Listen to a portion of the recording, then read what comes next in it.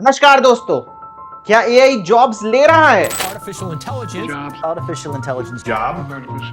Artificial intelligence is actually taking away your job. Artificial intelligence could replace millions of jobs. जब नया नया AI आया था तो ये बहुत कॉमन था कि एआई जॉब्स ले लेगा।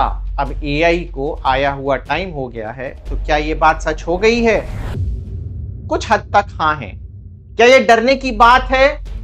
हाँ भी और ना भी, क्योंकि इंफॉर्मेशन ना होना बहुत ज्यादा खतरे की बात होती है।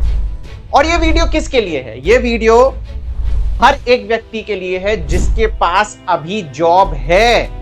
ठीक है, इंपॉर्टेंट है। जिसके पास जॉब है उसके लिए भी इंपॉर्टेंट है, जिसके पास जॉब नहीं है वो देखना चाह रहा है, और मेरे जैसे कंटेंट क्रिएटर के लिए भी इंपॉर्टेंट है। और इन सारी सिनेरियो में अगर आप इंटरनेट से पैसा कमाना चाहते हैं तो भी आपके लिए ये वीडियो इंपॉर्टेंट है। समझ गए? अगर आप इन कैटेगरी में हैं तो वीडियो को पूरा देखिएगा और आपको समझ में आएगा कि क्या चीजें हैं जो इन सारी चीजों को इंपैक्ट कर रही है। हम इनके प्रॉब्लम्स और सॉल्यूशंस के बारे में सारी चीजें जानेंगे। अब कुछ फैक्ट्स पे आ जाते हैं, क्योंकि फैक्ट्स वो चीजें बताती हैं जो हमें दिखती नहीं है। ILO, इंटरनेशनल लेबर ऑर्गेनाइजेशन, ने ये कहा है कि 82.9% यूथ इंडिया में अभी अनएम्प्लॉयड है, बेरोजगार है। 82.9%। अब एक सवाल ये आता है कि यूथ कौन है? यूथ मतलब 15 से लेके 29 की एज तक जो भी व्यक्ति है उसको ब्रॉडर कैटेगरी, यूथ वाली कैटेगरी में डाला जाता है। तो 82.9% वो अनएम्प्लॉयड है। बहुत न्यूज आई थी कि टेस्ला इंडिया आ रही है, मोदी जी से मिलने वाले हैं एलॉन मस्क। उस कंपनी से ने 1400 एम्प्लॉइज को फायर किया था। इन्फोसिस, जो सबसे ज्यादा मास हायरिंग करती है सॉफ्टवेयर में, उसने इस साल अपनी हायरिंग फ्रीज कर दी है। भारत का सबसे premier engineering college IIT Mumbai, 36% युवा अभी उनका प्लेसमेंट नहीं हुआ है। अब ये इंपॉर्टेंट क्यों है? 36% छोटा नंबर लग रहा होगा। ये IIT वाला इंपॉर्टेंट इस वजह से है कि IIT मुंबई मतलब इंडिया का सबसे टॉप नॉच कॉलेज, सबसे इंटेलिजेंट बच्चे वहां पर हैं। अगर वो अनएम्प्लॉयड है, अगर उनको नौकरी नहीं मिल रही है, तो फिर क्या होगा? उसके जो नीचे कॉलेजेस होंगे, NITs में, गवर्नमेंट कॉलेजेस में, प्राइवेट कॉलेजेस में, उन बच्चों की क्या सिचुएशन हो रही होगी, ये इमेजिन कर पाना इस नंबर से थोड़ा सा मतलब डरावना लग रहा है कि IIT मुंबई में भी 100% प्लेसमेंट नहीं है। परंतु आज से सिर्फ 2 साल पहले ही सिचुएशन कुछ अलग थी। I'm a researcher who studies AI's impacts on society. This is not about replacing the human in the loop. In fact, it's about empowering the human. It's an assistant. It's an assistant. 70 unicorns may create around 1.25 lakh to 1.6 lakh jobs. BPO, IT, education, teaching, internet, e-commerce, major contribution from work from home jobs as well has been posted. Naukri.com, etc. all talking about it right now. AI is one of the most powerful technologies in the history of mankind. And people talk first about jobs, right? AI will take jobs out. It will also create new jobs. अब इन 2 सालों में हुआ क्या कि नौकरियां जो बहुत ऊपर जा रही थी अचानक से नीचे आ गई। तो इसके एक कारण नहीं होते, मल्टीपल रीजंस हैं। और सबसे बड़ा रीजन तो देखियो कोरोना है, सेकंड नंबर रीजन है वॉर, और तीसरा रीजन है AI। अब इन सब पर आगे बढ़ने के पहले कुछ डेटा पर और नजर डालते हैं। अभी आप एक वेबसाइट देखिए, layoff.fyi। अब मेरे जो ब्लॉगर दोस्त हैं, आप देखेंगे कि ब्लॉगिंग कितनी आगे तक पहुंच गई है। अगर आपको नहीं पता, ब्लॉगिंग मतलब जो आर्टिकल्स वगैरह लिखते हैं, तो उसमें एक साइट भी बनी हुई है जो पूरा ट्रैक कर रही है कि कितने लेऑफ्स होते हैं। तो उसी साइट का मैं कोड देखिए। अब ये चार्ट देखिए, आप देखिए कि ये टाइम था कोरोना का, ठीक है ना। यहां पर बेसिकली लेऑफ्स हो रहे थे, एक्सपेक्टेड था कि लेऑफ होंगे। कोरोना के बाद देखिए सिचुएशंस बहुत सही रही, लेऑफ्स कम हो गए, एंड अचानक से 2022 में ये देखिए बहुत ज्यादा लेऑफ्स होने लगे। 2023 में तो बहुत ज्यादा हुए, एंड अभी भी लेऑफ्स हो रहे हैं जो करीब करीब कोरोना के लेवल के हैं। तो ये एक बैड सिचुएशन है, ठीक है। आप नीचे चार्ट में देखेंगे तो कौन सी ऐसी इंडस्ट्रीज हैं जिसमें लेऑफ्स हो रहे हैं, तो सारी इंडस्ट्री मिल जाएगी। Retail, consumer, hardware, food, health care, finance, transportation, sales, education, media, data, marketing, HR, crypto, security, travel, real estates are all others. मतलब कोई सी भी ऐसी कैटेगरी नहीं है जहां पर फायरिंग नहीं हो रही है। आप कंपनीज भी देख लीजिए, ये अमेरिकन डेटा है, इसके बाद मैं आपको इंडियन डेटा दिखाऊंगा। Tesla, Google, Meta, Microsoft, Amazon, हर बड़ी कंपनी ले ऑफ कर रही है। अब ये तो यूएस का डेटा हो गया, अब यहां पर स्पेसिफिकली मैं आपको इंडिया का डेटा दिखाता हूं। स्विगी, वन कराना, ओयो, माई एम फाइन, कार्स24, ओयो, उबर, जोमैटो, बाईजूस, सारी पेटीएम, जितनी बड़ी कंपनीज हैं, आपको ये सारा डेटा अगर और डिटेल में देखना है तो इस वेबसाइट का लिंक मैं डिस्क्रिप्शन में दे दूंगा। तो ये सारी कंपनीज भी फायरिंग कर रही है। जानते हैं कि ये सिचुएशन तो आपको समझ में आ गई कि ले ऑफ्स हो रहे हैं, बेरोजगारी है। अब इस वीडियो को दो पार्ट में डिवाइड करते हैं कि प्रॉब्लम क्या हुई, क्यों ये सिचुएशन आई, सारे हम प्रॉब्लम्स जानेंगे। सेकेंडली उसके पॉसिबल सॉल्यूशंस क्या हो सकते हैं। अब इसी पॉसिबल सॉल्यूशंस में बेसिकली सारे जो शुरू में मैंने कैटेगरी बनाई थी, आप किसी भी कैटेगरी में फॉल करते हो तो आपको अपने प्रॉब्लम का सॉल्यूशन मिल जाएगा। देखो, जब आप वीडियो देखोगे तो आपको समझ में आ जाएगा कि अगर आप डर जाओगे तो आप आगे जा सकते हो, क्योंकि डरना भी जरूरी है। अगर सिचुएशन को आप नहीं भापोगे, कोई डेंजर आपके पास आ रहा है, आप वहां पर हमेशा निडर होकर बैठे रहो तो ये भी सॉल्यूशन नहीं है। आपको उस डेंजर से फाइट करना जरूरी है।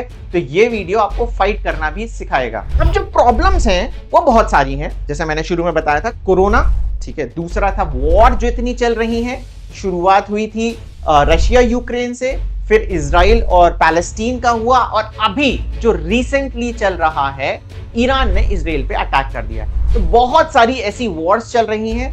एंड जो बड़ा कारण है एआई। देखो, पहली जो दो प्रॉब्लम्स है उसका सॉल्यूशन तो हमारे पास में है नहीं, परंतु जो एआई वाली प्रॉब्लम है, अगर हमने उसको केटर कर लिया तो इसका सॉल्यूशन हमारे पास में है। एंड आगे जो मैं डेटा दिखाऊंगा तो आपको पता चलेगा कि एक बहुत बड़ा पार्ट इस ले ऑफ का एआई कैसे है। अब जो एआई ने इंपैक्ट किया है जॉब सिनेरियो को, वो तीन तरीके से किया है। पहला है डायरेक्ट, दूसरा है प्रोडक्टिविटी, और तीसरा है नो यूज। तीनों चीजें मैं डिटेल में बताता हूं।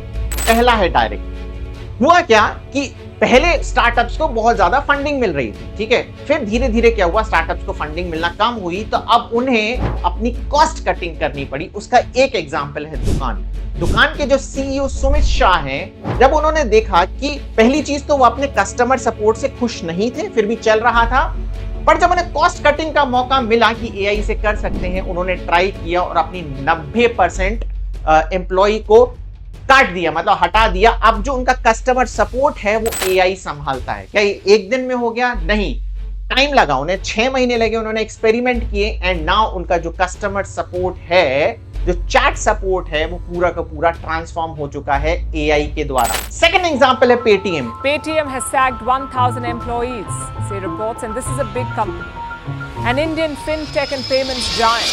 थर्ड है ब्रिटिश टेलीकॉम। उसने तो बहुत बड़ा अनाउंसमेंट कर दिया कि 2030 तक वो 1 लाख कस्टमर अपने जो सेंटर वाले एम्प्लॉइज हैं उनको फायर कर देगा। अब ये हुआ क्यों? ठीक है, अचानक से ये ट्रांजिशन हुआ क्यों? इसका रीजन ये है कि देखिए, एक तो फैक्टर था कि सब अपने कंफर्ट जोन में थे, परंतु जब कॉस्ट, ये देखिए, कोरोना और वॉर की वजह से एक्चुअली में जब फंडिंग आना इन स्टार्टअप्स के पास कम हो गई, तो इन्हें रियलाइज हुआ कि इन्हें कॉस्ट कटिंग करनी है। एंड उसी समय इत्तेफाकन एक जादू आया, ChatGPT. ChatGPT. My belief is that all repetitive human work, that will all be done in the next couple of decades, better, cheaper, faster by AI.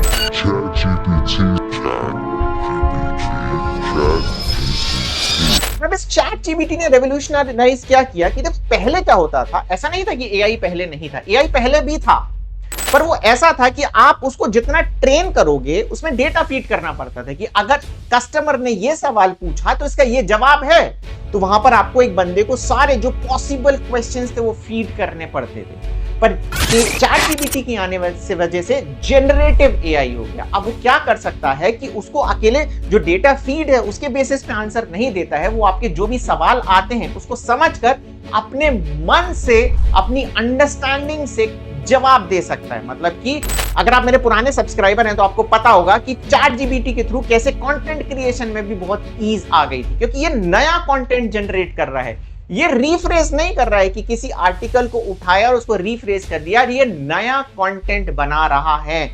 And यकीन मानिए, हमारे चैनल पे मैं आई बटन या डिस्क्रिप्शन में लिंक डाल दूंगा, एक 16 साल का लड़का आया था जिसने 2 महीने में चैट जीपीटी की मदद से 20 लाख रुपए कमा लिए थे। वो वीडियो भी जरूर देखिएगा, बहुत ही शानदार। सेकंड रीजन है प्रोडक्टिविटी। प्रोडक्टिविटी कैसा हो गया कि आपने देखा एआई टूल्स तो आए हैं, ठीक है। कंटेंट क्रिएशन के भी हम अगर पार्ट कर लेते हैं तो पहले अगर आपको एक आर्टिकल लिखना था तो उसमें बहुत मशक्कत और बहुत रिसर्च करनी पड़ती थी। अब इन एआई टूल्स की वजह से उस कंटेंट क्रिएशन में टाइम बच रहा है। टाइम बच रहा है मतलब एक जो आपका एम्प्लॉई है वो ज्यादा प्रोडक्टिव हो गया है। अब अगर वो ज्यादा प्रोडक्टिव हो गया है तो आप 100 अगर एम्प्लॉई से काम करा रहे थे, सेम काम चेंज नहीं हुआ है पर वो 80 एम्प्लॉई से कर सकते हैं। और हर कंपनी प्रॉफिट के पीछे भागती है, तो जो 20 एम्प्लॉइज का क्या होगा, लात मार के निकाल दिया जाएगा। अब यहां पर एक बहुत डरावनी चीज हो रही है। जो एक बहुत बड़ी टेक कंपनीज हैं, टीसीएस और इन्फोसिस, उसमें जो काम होता है, पहले मैं आई एम सॉफ्टवेयर इंजीनियर, मैंने टीसीएस में 9 साल काम किया था। तो जो सॉफ्टवेयर जब हम बनाते हैं, आपको जो दिखता है फाइनल प्रोडक्ट, उसमें मोटा माटी 3 पार्ट होते हैं। पहला आर्किटेक्चर डिफाइन करना, ठीक है। दूसरा जब आर्किटेक्चर डिफाइन हो जाता है तो उसकी कोडिंग करना, एंड तीसरा सपोर्ट, ठीक है। जो टीसीएस और इन्फोसिस के पास मेजर प्रोजेक्ट आते हैं वो सपोर्ट के आते हैं, ठीक है। कॉल सेंटर एक अलग चीज होती है। कॉल सेंटर में आदमी अपनी प्रॉब्लम बताता है और एक बंदा उसका सॉल्यूशन दे देता है। परंतु अगर आपके सिस्टम में ही कोई फ्लॉ है, फॉर एग्जांपल ये जो पीछे ग्रीन स्क्रीन लगी हुई है, डिजिटल बोर्ड में ग्रीन स्क्रीन लगी है, इसमें कुछ प्रॉब्लम आती है, ठीक है, और इसके सॉफ्टवेयर में प्रॉब्लम है, तो एक बंदा जो सॉल्व करेगा उसको सपोर्ट कहते थे। ये टीसीएस इन्फोसिस के पास मेजर प्रोजेक्ट थे, ओके। तो अब इन 3 पार्ट में आर्किटेक्चर वाले पार्ट को कोई इफेक्ट नहीं हो रहा है, परंतु कोडिंग आज की तारीख में इतनी टफ नहीं रह गई है। गिटहब को-पायलट करके एक एआई सॉफ्टवेयर है, प्लस चैट जीपीटी और भी बहुत सारे सॉफ्टवेयर्स हैं जो कोडिंग आपके लिए सेकंड्स में कर सकते हैं। एक इंसान को जितना टाइम लगता था वो अब सेकंड्स में काम हो सकता है। तो ऐसे लोगों की टीसीएस या अगर आप इन्फोसिस में हैं तो आपकी जॉब खतरे में है। सपोर्ट वाला काम तो मुझे अभी भी लगता है कि एक इंसान की जरूरत होती है क्योंकि उसको समझना पड़ता है, पर जो कोडिंग वाला पार्ट है वो खतरे में। और अगर खतरे में नहीं भी है तो उससे क्या होगा कि एक इंसान से आप एआई की मदद से ज्यादा काम करवा सकते हैं और उससे प्रोडक्टिविटी बढ़ जाएगी एंड एम्प्लॉइज की जरूरत नहीं पड़ेगी। शुरू में मैंने कहा था कि इन्फोसिस ने अपनी न्यू हायरिंग बंद कर दी है, हो सकता है यही उसका एक रीजन। तीसरा है नो यूज। समय के साथ चीजें चेंज होती रहती हैं। एक ग्रोफर्स करके स्टार्टअप हुआ करता था जो कि एफएमसीजी स्टार्टअप था, मतलब आपको किराने का कोई भी सामान चाहिए रहता था कि आप उसमें टाइप करते थे ऐप में, बहुत अच्छा काम करता था। आपने टाइप किया, अगले दिन सुबह आपके पास आ जाएगा। रातों रात वो कंपनी उसने बंद कर दी और उसने अपने आप को नाम चेंज कर दिया ब्लिंकिट, ठीक है, 10 मिनट में डिलीवरी। ऐसा क्यों किया? क्योंकि उसको समझ में आ रहा था कि इस तेजी से भागते हुए जमाने में एक दिन की डिलीवरी है वो इतनी प्रोडक्टिव नहीं है, उसे 10 मिनट में अपना बिजनेस करना पड़ेगा। तो रातों रात उसने अपनी कंपनी बंद कर दी और नई चीज में आ गई। तो इसी तरीके से कि अगर आपका कुछ ऐसा बिजनेस है जो कि रिप्लेस हो सकता है, फॉर एग्जांपल माइक्रोसॉफ्ट ने एक बार 10,000 एम्प्लॉइज को अपना निकाल दिया, ठीक है, एंड उसका रीजन कुछ खास दिया नहीं था। उसका ये कहा था कि हम न्यू टेक्नोलॉजीज पे काम करना चाहते हैं एंड ये जो हमारे एम्प्लॉइज हैं ओल्ड टेक्नोलॉजी के थे जिसकी आवश्यकता आई डोंट थिंक कि फ्यूचर में होने वाली है। उस पूरे डिपार्टमेंट को बंद किया, 10,000 एम्प्लॉइज को फायर किया। कुछ ही दिन बाद न्यूज आती है कि माइक्रोसॉफ्ट ने $10 बिलियन ओपन एआई में इन्वेस्ट किए। ओपन एआई क्या है? वही चैट जीपीटी जो हमने प्रोडक्ट बताया था उसकी पेरेंट कंपनी है। तो माइक्रोसॉफ्ट ने $10 बिलियन में इन्वेस्ट किया। टीसीएस और इन्फोसिस जैसी बड़ी कंपनियों में जो बहुत बड़े रिक्रूटर हैं टेक के, उन दोनों कंपनियों ने कहा है कि वो अब अपने एम्प्लॉइज को ट्रेन कर रही है जनरेटिव एआई में। मतलब जो करंट फोर्स है उसको आना चाहिए कि जनरेटिव एआई का इस्तेमाल किस तरीके से किया जाए। अगेन ये खतरा है। पहले तो हो ही गया था कि न्यू ज्वाइनिंग तो कुछ हो ही नहीं रही है और हो सकता है अब देखो कुछ लोग टीसीएस छोड़ते भी रह रहे हैं और टीसीएस इन्फोसिस छोड़ते भी हैं। तो आप ये मान के चलिए कि इन दोनों कंपनियों की employ strength day by day कम हो रही है। अब हम आते हैं सबसे कठिन काम में कि कौन सी ऐसी जॉब्स हैं, अगर आप फायर नहीं भी हुए हैं तो कौन सी ऐसी जॉब्स हैं जो खतरे में हैं। वीडियो अगर आपने यहां तक देख लिया होगा तो बिल्कुल क्रिस्टल क्लियर है।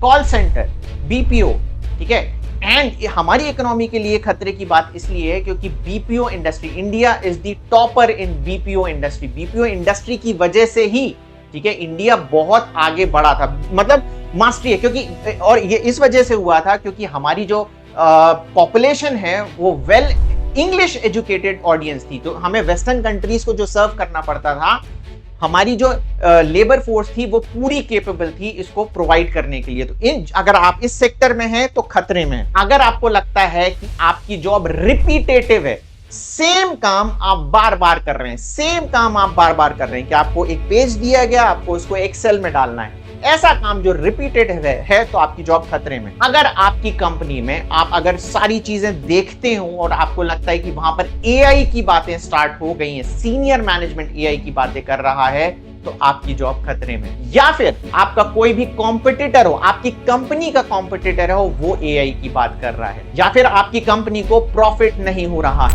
या फिर आपको ऐसा लगता है कि आपकी कंपनी थोड़ी सी स्लो है, आपका जो कॉम्पिटिटर है उसकी सर्विस क्विक है, ठीक है, ये सारी चीजें इंपॉर्टेंट है। अब वो समय गया जब सरकारी नौकरी का कल्चर हुआ करता था, अब क्विक रिस्पॉन्स है। अच्छा, इत्तेफाक एक इंटरेस्टिंग बात आपको बताता हूं कि सरकारी नौकरी पाना बहुत ज्यादा मुश्किल है, उसके लिए आपको बहुत ज्यादा मेहनत करनी पड़ती है। आदमी वो बहुत ज्यादा मेहनत शुरुआत में इस वजह से करता है कि बाद में उसको मेहनत ना करनी पड़े, ठीक है ना, ये उसका हिसाब के, वो सेटल्ड लाइफ चाहता था। पर आज की सिचुएशन में वो नहीं है। अगर आप जॉब कर रहे हैं और आपको लग रहा है कि आपकी लाइफ बिल्कुल सेटल्ड है, तो ये प्रॉब्लम है, क्योंकि नई टेक्नोलॉजी अगर आप नहीं सीखोगे तो सिस्टम आपको बाहर कर देगा। कौन सी ऐसी जगह हैं जहां पर एआई इंपैक्ट नहीं करेगा? उसके पहले एक अच्छी न्यूज दे दूं कि as per statistics AI jobs, देखो ये जो जॉब्स जा रही हैं तो कुछ एआई जॉब्स आ भी रही हैं, और वो एआई जॉब्स का जो नंबर है वो बहुत ज्यादा है और एआई स्किल्ड लेबर कम है। तो अगर आप डिमांड एंड सप्लाई की बात करते हो तो एआई जॉब्स अभी ज्यादा है और सप्लाई कम है। कौन सी ऐसी फील्ड है जहां पर एआई इंपैक्ट नहीं करेगा? नंबर 1, जहां पर ह्यूमन टच इन्वॉल्व है, क्योंकि अभी मशीन्स हैं, अभी मशीन्स इतनी ज्यादा नहीं इंपॉर्टेंट, अभी रोबोट्स हम विजन नहीं कर पा रहे हैं कितने कर पाएंगे। जिस भी जॉब में ह्यूमन टच इन्वॉल्व होगी, डॉक्टर्स, नर्सेस, ठीक है, टेस्ला ऑटोमेटिक कार ड्राइविंग बना रही है, पर इंडिया में वो अभी मुझे नहीं लगता कि इतनी पॉसिबल है। तो ड्राइवर्स, ठीक है, तो जो जहां पर भी आपको लगता है कि ह्यूमन टच जरूरी है, जहां पर भी आपको लगता है मूवमेंट जरूरी है, कि मूव होना जरूरी है, वहां पर एआई इंपैक्ट नहीं करेगा। डिलीवरीज वगैरह हो गए, वहां पर एआई अभी इतना इंपैक्ट नहीं कर रहा है। टीचर्स, अभी जो layoffs.fyi वाला जो मैंने डेटा दिखाया था, वहां पर मैं एम्फेसिस नहीं कर पाया था। जो टॉप जो फायरिंग हुई थी वो हुई थी एजुकेशन स्टार्टअप से। ऐसा क्यों हुआ था? क्योंकि कोरोना टाइम पे ऐसा लग रहा था कि हम सब कुछ ऑनलाइन सीख सकते हैं, बट बाद में लोगों को रियलाइज हुआ कि नहीं, ऑनलाइन लर्निंग इतनी इंपॉर्टेंट नहीं है, इतना सीख नहीं पा रहे हैं हम ऑनलाइन लर्निंग से, हमें ऑफलाइन की ज्यादा आवश्यकता है। इसी वजह से वो जो स्टार्टअप्स थे वो अब स्ट्रगल कर रहे हैं। इसी वजह से टीचर्स की, जो पहले स्कूल टीचर्स हुआ करते थे, जो कोचिंग्स हुआ करते थे, पर्सनल ट्रेनर्स होते थे, इन सब लोगों पर कोई भी इंपैक्ट नहीं पड़ने वाला। और ऐसी जॉब जहां पर सोचने की आवश्यकता पड़ती है, वहां पर आपकी जॉब खतरे में नहीं है। कौन सी ऐसी जॉब्स हैं जो एआई क्रिएट कर रहा है? सबसे पहली और सबसे इंपॉर्टेंट है प्रॉम्प्ट इंजीनियर।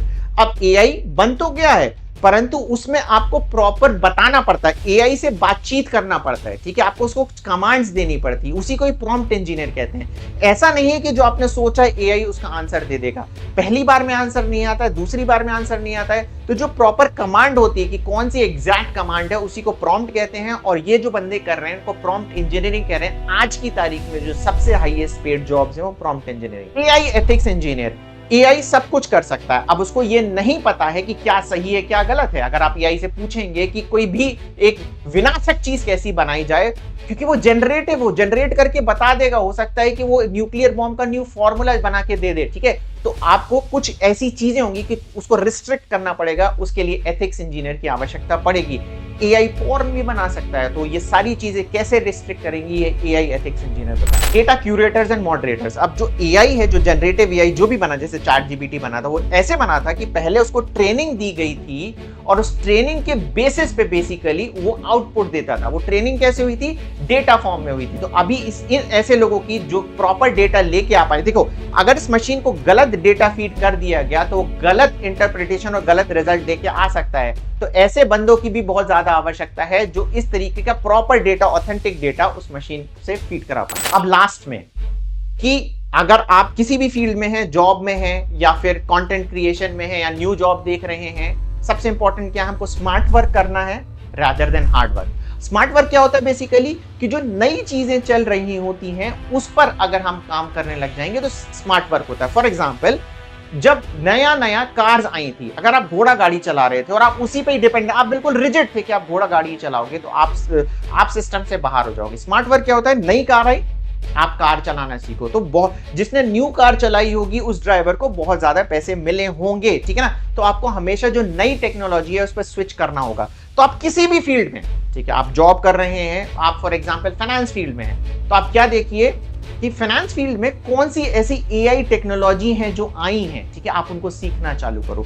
आप स्पोर्ट्स में हैं तो आप स्पोर्ट्स में ये देखना चालू करो कि कौन सी ऐसी एआई टेक्नोलॉजी है जो स्पोर्ट्स एथलीट को हेल्प कर रही हैं, आप उसके बारे में पढ़ना चालू करो, सीखना चालू करो। अगर आप स्टूडेंट हैं तो आप ये देखना चालू करो कि कौन सी ऐसी एआई टेक्नोलॉजी है जिसमें आपके सीखने और काम करने में हेल्प हो सकती है, तो आप एजुकेशन में भी आगे बढ़ जाओगे। यकीन मानिए, अगर आप नई टेक्नोलॉजी में मीडियोकर भी है ना, तो एक जो पुरानी टेक्नोलॉजी के एक्सपर्ट हैं उससे ज्यादा वैल्यू आपकी मार्केट में है, ठीक है। तो एक mediocre new technology is always greater than old technology expert. Video का एंड करने से पहले आपको समय के हिसाब से चलना है, अदरवाइज समय आपको बाहर कर देगा। मैं हमेशा एग्जांपल देता हूं नोकिया का, कि नोकिया ने अपने आप को चेंज नहीं किया, आज नोकिया का नामो निशान नहीं है। एक समय इंडिया में ऐसा था कि फोन मतलब नोकिया फोन हुआ करता था, समय चेंज हुआ, उसने अपने आप को चेंज नहीं किया, अब नोकिया हो गया, इसको कोई नहीं जान रहा है। तो अपने आप को चेंज करो, जो एआई आया है